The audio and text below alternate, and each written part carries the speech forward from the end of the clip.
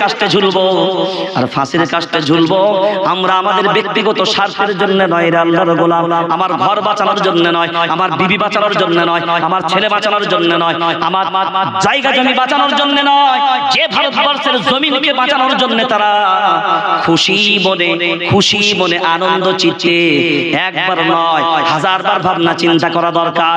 এই দিনের প্রতি যেন আঘাত না হয়, এই দিন যেন রক্ষিত থাকে। আমরা মনে মনে ভাবলাম দিন বুঝে আরামের সাথে আমরা পেয়ে গেছি, জলসাই চলে যাচ্ছি, বক্তারা বকে দেন 1-1.5 ঘন্টা 2 ঘন্টা, সব কথাগুলো শুনে নিলাম, কিন্তু বক্তব্য রাখার আগে ওই বক্তাদেরকে কত পড়াশোনা করতে হয়েছে, কত সময় ব্যয় করতে হয়েছে, ওইটার কি আপনি থোড়ি বুঝবেন? আপনি মনে করলেন 2 ঘন্টায় বসলাম সব শুনে চলে গেলাম, বা আপনি তো 20 বছরের থিওরিটা 2 ঘন্টায় পেয়ে গেলেন, কিন্তু সে 2 ঘন্টা বলার জন্য 20 বছর মেহনত করে আসা। একবার নয়, বর্তমান সমাজের গোয়েন্দা বিভাগ বলুন, আইবি বলুন, ডিআইবি বলুন, প্রশাসনিক বন্ধু বলুন, সরকার বাহাদুর বলুন, করে নাই। এখানে আমরা যারা বসে আছি আল্লাহর গোলাম, যদি ভোটের আগের দিন শুধু বলে যায় চাচা আমি দাঁড়িয়েছি গো, ও তুমি দাঁড়িয়েছো, তুমি দাঁড়িয়েছো, চিন্তা করেছো, তুমি নিশ্চিন্ত যাও, ওটা ভুলে যাও, ওটা দেখতে হবে না তোকে। একবার ভেবে দেখেন, একবার চিন্তা করে মূল্যায়ন করে দেখেন। আপনারা মনে করেন শুধু ভারতবর্ষের জমিনে এরাই বুঝি শুধু জালিম, মুসলমানদের বিরুদ্ধে, মসজিদের বিরুদ্ধে, আল্লাহর বিরুদ্ধে, কোরআনের বিরুদ্ধে? না রে আল্লাহর গোলাম, যারা সামনে বসে আছেন জায়গাগুলো ফাঁকা, ওরা দাঁড়িয়েছে বেচারা একা একা, একটু যদি সুযোগ করে দেন ওরাও এখানে বসে যায় তাহলে সুযোগটা ভালো হয়। আর কি বলবে, এর থেকে কিছু বেশি বলার নাই। এবার খুব লক্ষ্য করে দেখেন,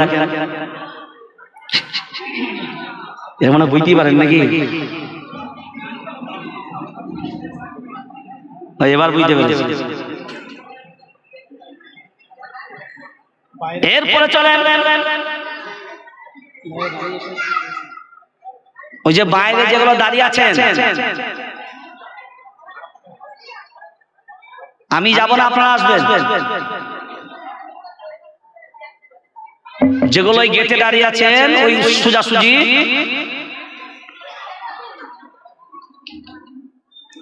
চলেন ভাই, ভিতরে ঢুকেন, জায়গা অনেক আছে, বসে যান। চলেন।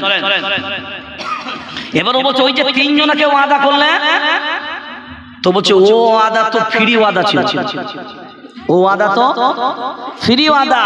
500 টাকা যখন পেয়ে গেছে, আর ইমান আর ওখানে যাবে?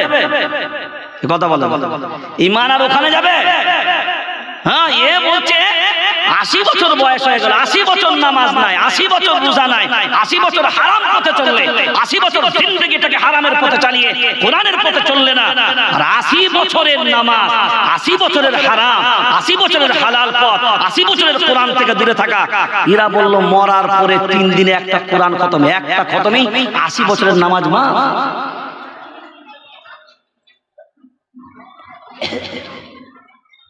একটা মিলাদি 80 বছরের গুনাহ মা।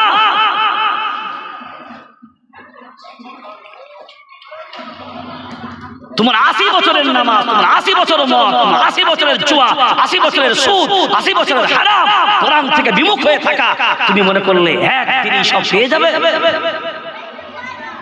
যদি একটা দিনের ওই একটা খতমের জন্য যদি 80 বছরের সব মাফ হয়ে যেত, হাই রে সলিমুদ্দিন, তাহলে দুনিয়ার জীবনে মসজিদগুলো সব বিরান করে থাকতো। কারণটা কোথায়?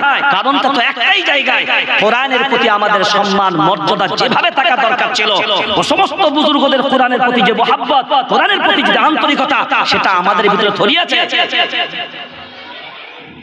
আমরা মনে করি ওয়াসিম রিজভির মতন গাদ্দার গুলোই বুঝি শুধু কোরআনের দুশমন। আরে কোরআনের দুশমন তো ঘরে ঘরে বসে রেখেছে, জাতির গাদ্দার তো ঘরে ঘরে বসে রেখেছে। তোমার বাড়ির কোরআন বিরান হয়ে পড়ে থাকে, তোমার বাড়ি, তোমার এলাকার মসজিদ বিরান হয়ে পড়ে থাকে, তুমি কোন দরদে বলো, কোন লজ্জাই বলো তুমি তুমি তুমি কোরআনের অনুসারী, তুমি কোরআনের মহব্বতকারী? তুমি একবার ভাবনা চিন্তা করে দেখো, তুমি নিজেই তো কোরআনকে মৃত্যুর দিকে ঠেলে দিতে চেয়েছো। অথচ আমরা জানি না আল্লাহর গোলাম। চোখটা যেদিন বন্ধ হয়ে যাবে, বিবি বলুন, বাচ্চা বলুন, গার্লফ্রেন্ড বলুন, বয়ফ্রেন্ড বলুন, সব ফ্রেন্ড বলুন, লাশটা শুধু দরজা থেকে বেরিয়ে যাবে। আপনার বিবি বাচ্চারা দরজা পর্যন্তই শেষ কথা বলবে, দরজার পরে আর আপনার বিবি বাচ্চা বার হবে। দরজা পর্যন্ত আপনার বিবি বাচ্চা আর আপনার নয়। এরপরে গ্রামের শহর এলাকায় দোকানপাটের যারা বাজার ঘাটের সব বন্ধু বান্ধব পরিচিত, তারা জানাজা পর্যন্ত আপনার সাথ দিবে, তারপরে আর দেবে না। জানাজাটা পড়বে, আপন বাড়ি ফিরে চলে যাবে। এরপরে যারা নিজেদের ঘনিষ্ঠ আত্মীয় স্বজন থাকবে আল্লাহর গোলাম, তারা যাবে কোন পর্যন্ত? শুধু কবরের মাটি পর্যন্ত। ওর পরে আর যাবে কথা বলে, ওর পরে আর যাবে। খুব যদি ভাবনা চিন্তা করে দেখেন, এরপরে গিয়ে বলবেন কি বিসমিল্লাহি ওয়া আলা বিল্লাতি রাসূলিল্লাহ। আহা, কি আদরের কথা পরে আপনি লাশটাকে রেখে দিলেন। বিসমিল্লাহি ওয়া আলা বিল্লাতি রাসূলিল্লাহ। যে লাশটাকে বিবি নিল না, যে লাশটাকে ছেলে নিল না, যে লাশটাকে গ্রামের লোক রাখলো না, যে লাশটাকে এলাকায় কেউ রাখলো না, যে মরাটাকে কেউ নিল না, কেউ না, কেউ না, কেউ না, তুমি জবাব দাও রে আল্লাহর গোলাম। গাড়ি কি মরা মানুষের জন্য, জ্যান্ত মানুষের জন্য? গাড়ি জ্যান্ত মানুষের জন্য না মরা মানুষের জন্য? বলেন না আওয়াজ দিয়ে। জ্যান্ত মানুষের জন্য। বাড়ি কথা বলে না, জায়গা জমি, বিবি বাচ্চা, সব বাড়ির জন্য জ্যান্ত মানুষের প্রয়োজন হলো। শুধু আমার নবীর সুন্নতের জন্য জ্যান্ত মানুষের আর প্রয়োজন হলো? কথা বলে না, প্রয়োজন হলো না। বলে মরার পরে লাশটা যেটা কেউ নেবে না, কেউ নেবে না, ফেলবি কেন, ফেলবি কেন, ফেলবি কেন? বলে ফেলতে আর হবে না। বিসমিল্লাহি ওয়া আলা মিল্লাতি রাসূলিল্লাহ। ও বেটা জ্যান্ত অবস্থায় জিন্দেগিতে রাসূলের মিল্লাতে ছিল। কথা বলে না। ওরে কুত্তার মতন দাঁড়িয়ে বসেছে, কুত্তাও যেমন দাঁড়িয়ে বসে আর দুবার নাড়া দেয় আর উঠে পড়ে, ও দুইবার নাড়া দিয়েছে আর উঠে পড়েছে, মুখে পানি ওলাই। কথা বলে না, কুত্তাও দাঁড়িয়ে বসে, পানিও নেয় না, শুধু নড়ায় আর উঠে যায়। ও কুত্তার মতন ও দাঁড়িয়ে বসে দুবার নাড়ায় আর উঠে পালিয়ে যায়। তুমি একবার বিবেক দিয়ে বলো, একে যদি বলে বিসমিল্লাহি ওয়া আলা মিল্লাতি রাসূলিল্লাহ, এই লাশটা মরা লাশটা আমার রাসূল নিয়ে কি করবে বলো? ইযা মাতাল ইনসান ইনকাতা আনহু আমালু ইল্লা মিন সালাসা ইল্লা মিন সাদাকাতিন জারিয়া। মরার পরে তো সব যখন বন্ধ, এই মরা লাশটা নবীকে দিয়ে লাভ কি হবে বলো? যতদিন জ্যান্ত ছিলে, নামাজ তোমার জন্য, সুন্নাত তোমার জন্য, গাড়ি জ্যান্তর জন্য হলো, বাড়ি জ্যান্তর জন্য হলো, জায়গা জ্যান্তর জন্য হলো, আর শুধু নবীর সুন্নাতটা মরার জন্য হলো। কথা বলে না। মূল্যায়ন করে যদি দেখি আল্লাহর গোলাম, শুধু নিজেকে মুসলমান দাবি করলে হয় না। জলসা বহু দিন দিন জলসাই চলে যাচ্ছে, কিন্তু আমলের দিক দিয়ে যদি আমরা তালাশ করে দেখি, আমার ছেলে সকাল বেলায় উঠে, আমাদের মহিলাদেরকে তাকিয়ে দেখবেন, কোরআনের প্রতি মহাব্বত কম কেন, কোরআনের প্রতি অনুসরণ কম কেন, কোরআনের প্রতি আন্তরিকতা নাই কেন? আপনাদের দেখবেন ইংলিশ মিডিয়াম চলে, ইংলিশ মিডিয়াম চলে, আছে না?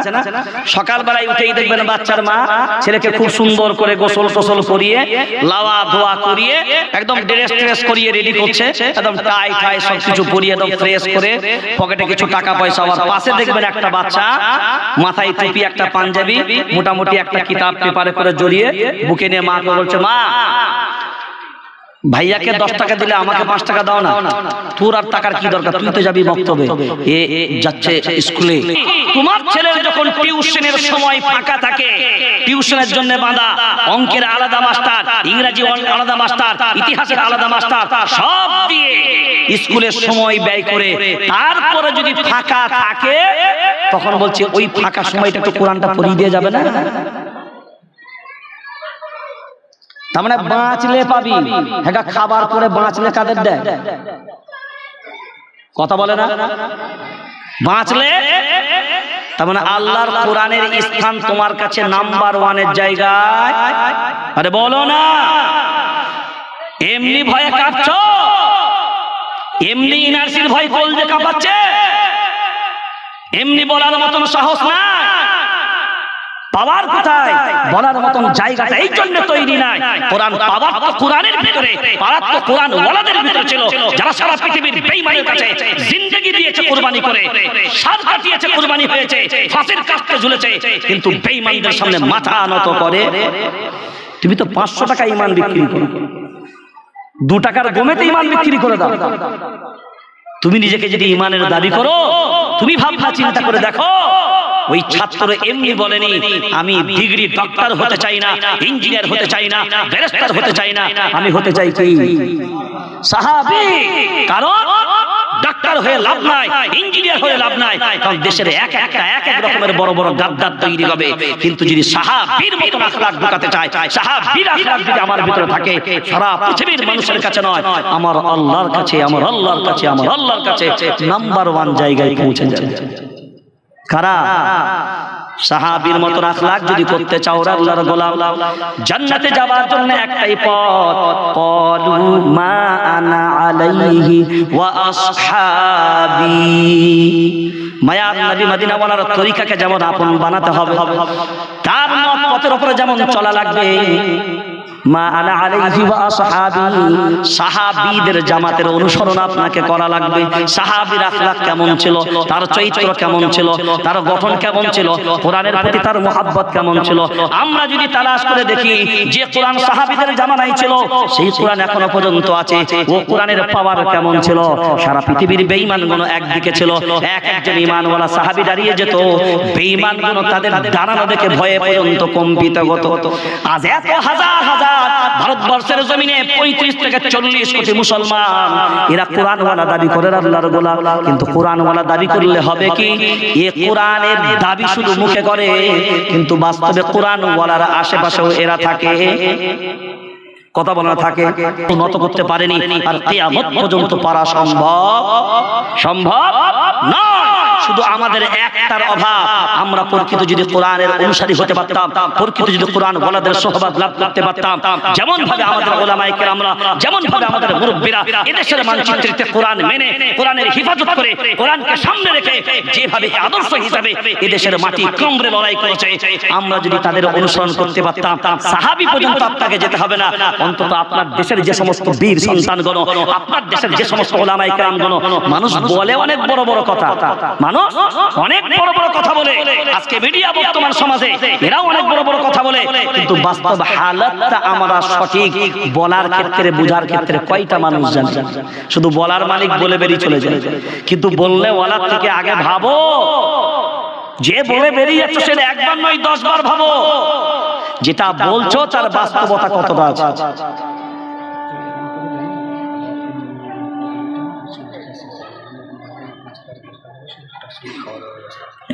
আর কোন ইলান আছে কি? একসাথে বলে নাও, নাই তো একটা এলাচ খাবার আইটেম, মানে পেট পূজাটা একদম মোনাজাতের শেষে হবে, শুনে যাচ্ছি, কিন্তু শোনার পিছনে একটা সময় আছে, একটা শেষ সীমা আছে। আমরা শুধু সারা জিন্দেগি শুনে যাব এটা নয়। আমার ঘরে যদি আমার দুশমন তৈরি হয়, অন্য কাউকে বলার আগে তো আমাকে 10 বার ভাবা লাগে। আমার বাড়িতে আমার সন্তান কোরআনের দুশমন, আমার বাড়িতে আমার গার্জিয়ান কোরআনের দুশমন, আমার বাড়িতেই তৈরি হচ্ছে কোরআনের দুশমন। হাওড়া জেলা 2018 না 19 মাসে বসে কিন্তু এই দেশের আন্দোলন করেছে, ঠিক না বল? কথা বলেন। অথচ গান্ধীজি ছিলেন একজন কঠোর রাম ভক্ত, গান্ধীজি ছিলেন কঠোর রাম ভক্ত, আর শাইখুল ইসলাম হুসাইন আহমদ মাদানী রহমতুল্লাহ আলাইহি একজন কঠোর, কথা বলেন, কঠোর আল্লাহ ভক্ত, কঠোর আল্লাহ ভক্ত। তারপরেও সামঞ্জস্য দিয়েছেন না দেয়নি? এটা আমাদের কাছে আদর্শ নয়? এটা আমাদের কাছে আদর্শ নয়? এগুলো যদি আমরা ফলো করে চলি, আমাদের দুনিয়ার চলার পথে আমাদের জন্য অনেক সহজ হবে।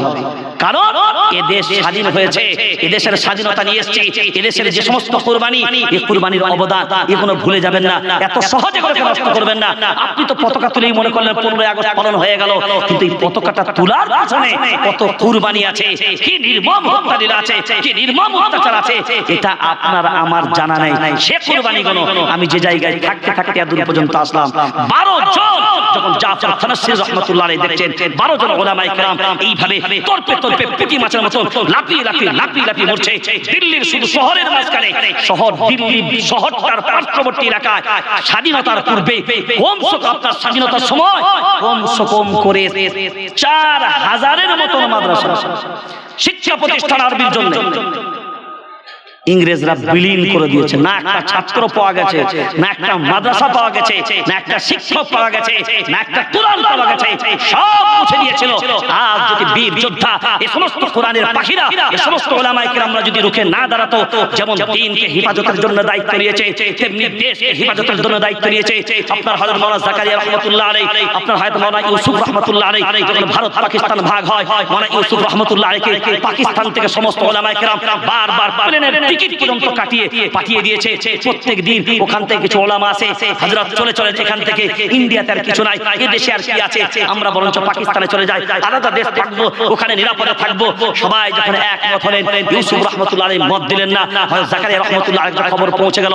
জাকারিয়া রাহমাতুল্লাহ আলাইহি তখন ভাবনা চিন্তা করলেন, মাওলানা আব্দুল কাদের রাহমাতুল্লাহ আলাইহি কাছে খবর দিলেন। মাওলানা আব্দুল কাদের রাহমাতুল্লাহ করলেন কি, শাইখুল ইসলাম হুসাইন আহমদ মাদানী রাহমাতুল্লাহ কাছে গেলেন, বললেন হযরত আর কি হবে, দেশে যখন পাকিস্তান মানুষ চলে যাচ্ছে, আর এই দেশে আমাদের জন্য কি আছে, কি বা আমরা পাবো, বরঞ্চ চলুন আমরা সবাই পাকিস্তান চলে যাই, আর এখানে থাকার দরকার নাই, কারণ এখানে থাকা মানে জিল্লাত, এখানে থাকা মানে বেইজ্জতি, এখানে থাকা মানে অপমান।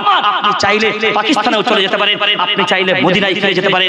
হুসাইন আহমদ মাদানী রাহমাতুল্লাহ আলাইহি বলছেন, আমি চাইলে আরামের সাথে মদিনায় চলে যেতে পারি। ঠিক কথাই, ওয়েলকাম, যাও, জামাত পরিবার পুরো দাঁড়িয়ে আছে, আমি এসি ঘরে থাকতে পারবো, ভালো খেতে পারবো, ভালো পড়তে পারবো, কিন্তু আমি শাইখুল ইসলাম হুসাইন আহমদ মাদানী, আমি আমার জাতিকে, যে জাতির জন্য আমি মদিনা থেকে বুখারীর দরস ছেড়ে এই ইন্ডিয়ার মাটিতে আসলাম, সেই জাতিকে এই রকম বিভৎস অবস্থায় একাকী ছেড়ে দিয়ে আমি হুসাইন আহমদ কি করে আপন ভাবে, খুশি মনে, আপন চিন্তে, আরামের জন্য, শান্তির জন্য আমার জাতিকে ভারতবর্ষের জমিনে ফেলে আমি কি করে মদিনায় চলে যাব, কি করে পাকিস্তানে গিয়ে আরামে থাকবো, বরঞ্চ আমার জান, আমার মান, আমার ইজ্জত, আমার আব্রু, আমার সম্মান যা কিছু আছে আমার জাতির সাথেই থাকবে, তাতে আমার ইজ্জত যেমন জায়গায় হোক, যদি এই অবস্থায় আমার জাতির সাথে থাকতে থাকতে আমাকে মৃত্যু বরণ করতে হয়, শুকরান শুকরান আমি সেটাও বরণ করব, তবুও আমার জাতিকে এই অবস্থায় ভারতের মাটিতে রেখে আমি এখান থেকে আরামে চলে যেতে পারবো। জাকারিয়া রাহমাতুল্লাহ আলাইহি প্রস্তাব দিয়ে দিলেন, মাওলানা আব্দুল কাদের রাহমাতুল্লাহ আলাইহি তিনি গিয়ে প্রস্তাব দিয়ে দিলেন ডাইরেক্ট। তারপরে হুসাইন আহমদ মাদানী রাহমাতুল্লাহ বলছেন, না, এটা হতে পারে না, এগুলো হলো কোরআন ওয়ালাদের আদর্শ, কোরআন ওয়ালাদের আদর্শ, জাতিকে এই জায়গায় ফেলে যাওয়া যাবে কথা বলেন। আজ যদি আমরা ওলামায়ে কেরাম, আজ যদি মসজিদের ইমাম, আমি বারবার একটা কথা বলি, লক্ষ্য করে দেখেন, দেশের প্রধানমন্ত্রী ইলেকশন হয়েছে, আপনার দেশের প্রধানমন্ত্রী তিনি নির্বাচিত, দেশের প্রধানমন্ত্রী নির্বাচিত, রাষ্ট্রপতি নির্বাচিত, মুখ্যমন্ত্রী নির্বাচিত, সুপ্রিম কোর্টের প্রধান জাস্টিস নির্বাচিত, হাইকোর্টের প্রধান জাস্টিস নির্বাচিত, ডিজি নির্বাচিত, আইজি নির্বাচিত, ডিএসপি নির্বাচিত, এসপি নির্বাচিত, কমিশনার নির্বাচিত, ডেপুটি কমিশনার নির্বাচিত, সুপারিনটেন্ডেন্ট নির্বাচিত, অ্যাসিস্ট্যান্ট কমিশনার নির্বাচিত, আইসি নির্বাচিত, ওসি নির্বাচিত, পঞ্চায়েত প্রধান নির্বাচিত, এমপি নির্বাচিত, এমএলএ নির্বাচিত, বিডিও নির্বাচিত, মসজিদের ইমাম নির্বাচিত, মসজিদের ইমাম কথা বলেন, মসজিদের ইমাম নির্বাচিত। 10 জন ইমাম এসে মসজিদে ইন্টারভিউ দেয়, 10 জন ইমাম ইন্টারভিউ দেওয়ার পরে একজনকে আপনারা নির্বাচন করে সিলেক্ট করেন, ঠিক বলছি? ঠিক তো? তাহলে মসজিদের ইমাম নির্বাচিত। পৃথিবীতে একটা জিনিস আছে শুধু নির্বাচন হয় না, সেটা হচ্ছে মুক্তাদি। মুক্তাদি নির্বাচন হয় কথা বলেন। আমরা যদি পশ্চিমবঙ্গ রাজ্য জামিয়াতুল আইম্মা ওয়াল উলামা ইমাম ও উলামা পরিষদের পক্ষ থেকে যদি একটা অর্ডার জারি করি, সারা পশ্চিম বাংলার 1.5 লক্ষের মতন ইমাম মুয়াজ্জিন আছেন, 35,000 গ্রামে মসজিদ আছে, 1 লক্ষের মতন মসজিদের সংখ্যা, আমরা যদি এখান থেকে সার্কুলার জারি করে দিই, প্রত্যেকটা মসজিদের ইমাম আপন আপন মেম্বার থেকে দাঁড়িয়ে ঘোষণা দেবে, আমরাও আজ থেকে মুক্তাদি মসজিদে নেব, কিন্তু নির্বাচন করে যাচাই করে নেব, পরীক্ষা করে নেব। আরে এয়ারপোর্টেও যখন কোনো মানুষ ঢোকে, এখন তো করোনাও পরীক্ষা হচ্ছে, তাই তো? সার্চিং হয় না, হয় না কথা বলেন। এয়ারপোর্টে প্লেনে চাপবেন, তার জন্য পুরো বডি সার্চিং, কত রকমের সার্চিং হবে, কোথায় কোথায় মেশিন ভরবে তার কোনো খবর নাই, তারপরেও সার্চিং, ব্যাক সার্চিং, সব সার্চিং, তারপরে প্লেনে উঠতে দেবে। আমরা যদি ইমাম সাহেব আর উলামায়ে কেরামরা বলি, আপনি যদি নবান্নে যান, নবান্নে গেছেন কোনোদিন, ভিতরে ঢুকেছেন ও তাহলে আর আপনাকে কি করে বোঝাবো? নবান্নে যদি যান, আপনি যাবার আগে আগে আপনাকে পরিপূর্ণ কারণ দেখাতে হবে। কত জায়গায় কম্পিউটার আপনার ছবি হবে,